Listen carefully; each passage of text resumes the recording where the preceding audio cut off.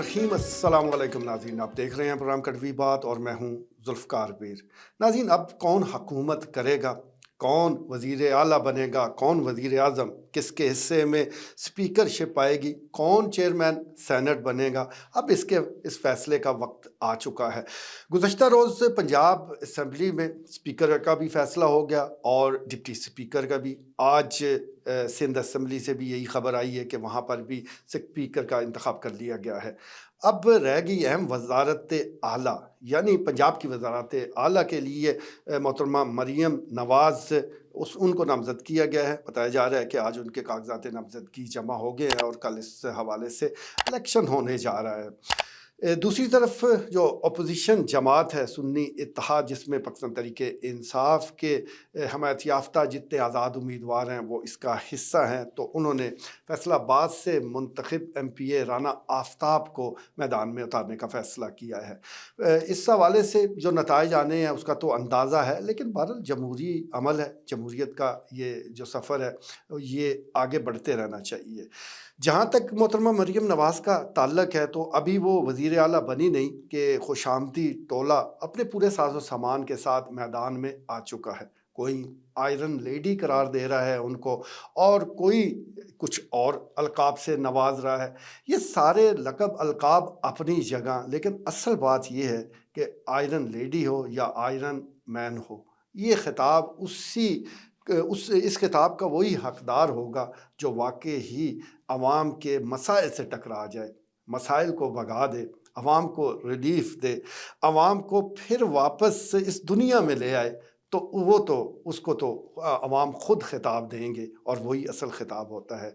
बाकी खुशामदियों की क्या बात है, वो तो हर एक को आसमान पर चढ़ाते हैं और फिर जब उन्होंने गिराना होता है तो ऐसी सीढ़ी खींचते हैं कि बंदे को पता ही नहीं चलता कि उसके साथ हुआ क्या है। लेकिन बहरहाल इस वक्त जो सबसे बड़ा जो चैलेंज है मौजूदा हुकूमत के लिए, यानी अब जो बनने जा रही है हुकूमत और इंतज़ामिया, वो रमज़ानुल मुबारक की आमद है।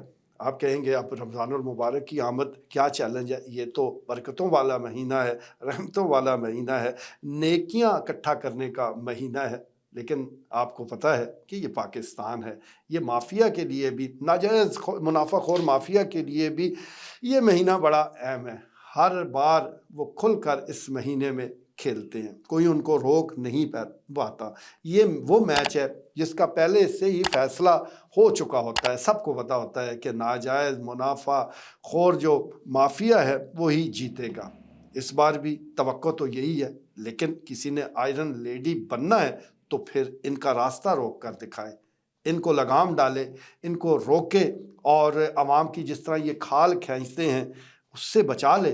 तो बजा तौर पर आयरन लेडी हैं और यहाँ की मकामी इंतज़ामिया की भी तारीफ़ होगी, पूरे पंजाब की इंतज़ामिया की तारीफ़ होगी अगर इस बार नाजायज़ मुनाफा खोरी जो है उसको नथ डाल दी जाए। इसी तरह अगर हम इस्लाहात की बात करें तो इस वक्त सबसे ज़्यादा पुलिस में इस्लाहात की ज़रूरत है, क्योंकि हम बहुत सी वीडियोज़ रोज़ाना देखते हैं, किसी में कोई पुलिस एहलकार थप्पड़ मार रहा होता है, कोई किसी को घसीट रहा होता है, कोई बालों से पकड़कर 7 गालियाँ दे रहा होता है। तो बहुत कुछ ऐसा है जिसे तब्दील करने की ज़रूरत है। पुलिस जो एहलकार हैं, जो अफसरान हैं, उनको भी ये बात ज़हन में रखनी चाहिए कि अब हर आदमी के पास कैमरा है, हर आदमी वो शूट कर रहा है, हर आदमी एक एक लम्हे को महफूज बना रहा है। तो ये पुराना वक्त नहीं है, नया दौर है। नए दौर के तकाज़ों के मुताबिक ही अगर काम किया जाए तो ज़्यादा बेहतर रहेगा। लेकिन इसके लिए हुकूमतों का काम है इस्लाहात करना। पाकिस्तान तहरीक इंसाफ की हुकूमत भी इस एजेंडे के तहत आएगी कि वो पुलिस और ख़ास तौर पर पंजाब पुलिस में इस्लाहात लाएगी, लेकिन वो इस्लाहात कहीं गुम होकर रह गई। अंदरूनी इख्तलाफात के नतीजे में, मुख्तलिफ मामलात की वजह से वो इस्लाहात ना हो सकी। अब भी मौका है, किसी ने आयरन लेडी कहलाना है पंजाब की या पाकिस्तान की, तो वो इस्लाहात करके दिखाए, पुलिस को वाकई आवाम का खादम बना दे, तो वो बिल्कुल आयरन लेडी होंगी, उसको आवाम कहेंगे। इसके अलावा अगर हम ज़िला चकवाल की बात करें तो यहाँ पर सड़कों की जो तबाही और बर्बादी है उसकी तो एक अलमनाक दास्तान है।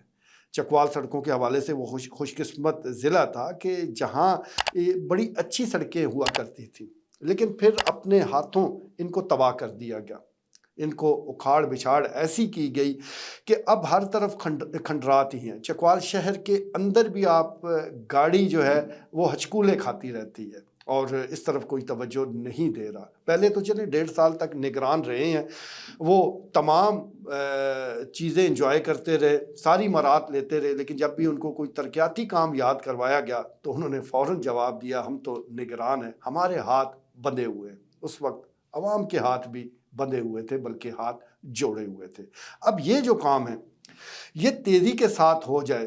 سڑکوں کو کوئی ضرورت نہیں ہے کہ آپ کو بہت زیادہ کارپیٹڈ سڑکیں ہمیں دے دیں، بس ہماری سڑکیں ہمیں لوٹا دیں تو کوئی بھی آئرن مین بن سکتا ہے۔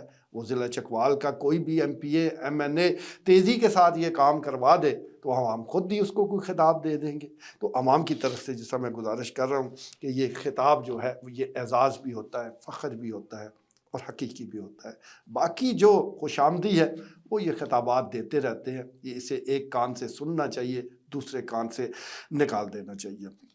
جہاں تک رمضان المبارک کا تعلق ہے تو یوٹیلٹی سٹور پر اعلان کیا گیا ہے وفاقی حکومت کی طرف سے کہ سبسڈی دی جائے گی، 7 ارب 49 کروڑ روپے وہ ریلیز کیے جا رہے ہیں۔ لیکن آپ کو پتہ ہے کہ وہاں حال ہوتا کیا ہے، جس قسم کی تذلیل اور وہ مناظر ہمیں وہاں دیکھنے کو ملتے ہیں تو اللہ کسی کو وہ نہ دکھائے۔ یہ جو 7 ارب 49 کروڑ روپے ضائع کیے جا رہے ہیں، اس کا اگر مناسب کوئی اور بندوبست کر دیا جائے تو زیادہ بہتر رہے گا۔ یہ بہت سا تو لوگوں کی جیبوں میں چلا جائے گا اور اس کا بہت تھوڑا سا حصہ اور اس تھوڑا سا ریلیف عوام کو ملے گا، لیکن وہ ریلیف بھی آگ کا دریا عبور کر کے ملے گا، یعنی سمجھ نہیں آئے گی کہ کتنے دھکے کھا کے آپ یہ ریلیف حاصل کریں گے۔ تو خدا کے لیے یہ 7 ارب 49 کروڑ روپے ضائع ہونے سے بچا لیں۔ اس کے ساتھ ساتھ ضلع چکوال کی اگر بات کی جائے تو اس وقت سب کو پتہ ہے کہ اب ایک تبادلوں کا جھکڑ چلنے والا ہے، یعنی موجودہ جو انتظامیہ ہے یہ تبدیل ہو جائے گی۔ ویسے بھی کافی عرصہ ہو گیا، ڈپٹی کمشنر ہو، ڈی پی او چکوال ہوں، دیگر اور کئی عہدوں پر براجمان شخصیات ہیں جن کو کافی عرصہ ہو چکا ہے اور تبادلے ان کے اب ہو جانے چاہیے۔ زیادہ عرصہ اگر یہ بڑے افسران ایک ضلع میں رہ جائیں تو وہ کہتے ہیں کہ لوگ ان کے اور یہ لوگوں کے بھیدی ہو جاتے ہیں، جو کسی صورت بھی ضلع کے لیے کوئی اچھا شگن نہیں ہے۔ تو اب تبادلے ہوں گے اور ہم امید کرتے ہیں کہ ایسے لوگ چکوال میں ضرور آئیں گے کہ جو درد دل رکھنے والے ہوں، جو ذرا روٹین سے ہٹ کے بھی کام کر لیں، عوامی مسائل پر وہ ذرا کچھ نہ کچھ ایسا پرفارم کر جائیں کہ لوگ ان کی تعریف کریں، ان کو آئرن مین کا خطاب دے دیں، یا اگر کوئی خاتون ہو تو وہ ضلعی آئرن لیڈی بن جائے۔ بہرحال یہ خطابات اب بہت سے ملنے ہیں، بڑا چیلنج ہے نئے حکمرانوں کے لیے۔ جتنا بڑا چیلنج ہے اتنا بڑا چیلنج ہی عوام کے سامنے بھی ہے کہ وہ اپنا دل گردہ بڑا کر دیں۔ اس سے بھی برا وقت آنے والا ہے، اس کی بڑی وجہ آئی ایم ایف کے پاس جانا ہے، جب جانا ہے تو پھر مہنگائی کا طوفان آنا ہے۔ اب آپ سوچ رہے ہوں گے کہ وہ جو اعلانات تھے الیکشن کیمپین کے دوران کہ 200 یونٹ بجلی فری دی جائے گی، کوئی کچھ اور لارے لپے لگا رہا تھا، تو بھائی وہ الیکشن کی ایک کیمپین تھی، گزر گئی۔ وہ کہتے ہیں نا کہ جلسے عام میں تو ویسے بھی جو سیاستدان ہے وہ جذباتی ہو جاتا ہے، وہ جذباتی ہو کر کچھ بھی کہہ دیتا ہے۔ اس کو اگر آپ نے سنجیدہ لیا ہے تو پھر یہ آپ کا قصور ہے۔ 200 یونٹ آپ کو بھلے فری نہ ملے، دعا کریں کہ اتنی مہنگی نہ ہو جائے کہ آپ کی دسترس سے ہی دور ہو جائے۔ آج شب رات ہے، آپ بھی دعا کریں کہ اللہ پاک ہمارے گناہ معاف کرے اور ہمیں ایسے حکمران نصیب کر دے، چاہے یہ آنے والے یا اس کے بعد ہو، جو واقعی انسانیت کا درد اپنے دل میں رکھتے ہوں، جو واقعی غریبوں کے ہمدرد ہوں، جو صرف لفاظی نہیں حقیقی معنوں میں عوام کے خادم ہوں، جو صرف ملکی وسائل پر قبضہ کیے نہ بیٹھے ہوں، اپنی مراد کے لیے استعمال نہ کرتے ہوں، بلکہ اپنی گرہ سے بھی عوام پر خرچ کرتے ہوں۔ حقیقی معنوں میں خادم بھی وہی ہوگا، آئرن مین بھی وہی ہوگا، آئرن لیڈی بھی کہلوانے کی حقدار وہی ہوگی۔ آج کے لیے اتنا ہی، اجازت دیجیے، اللہ حافظ۔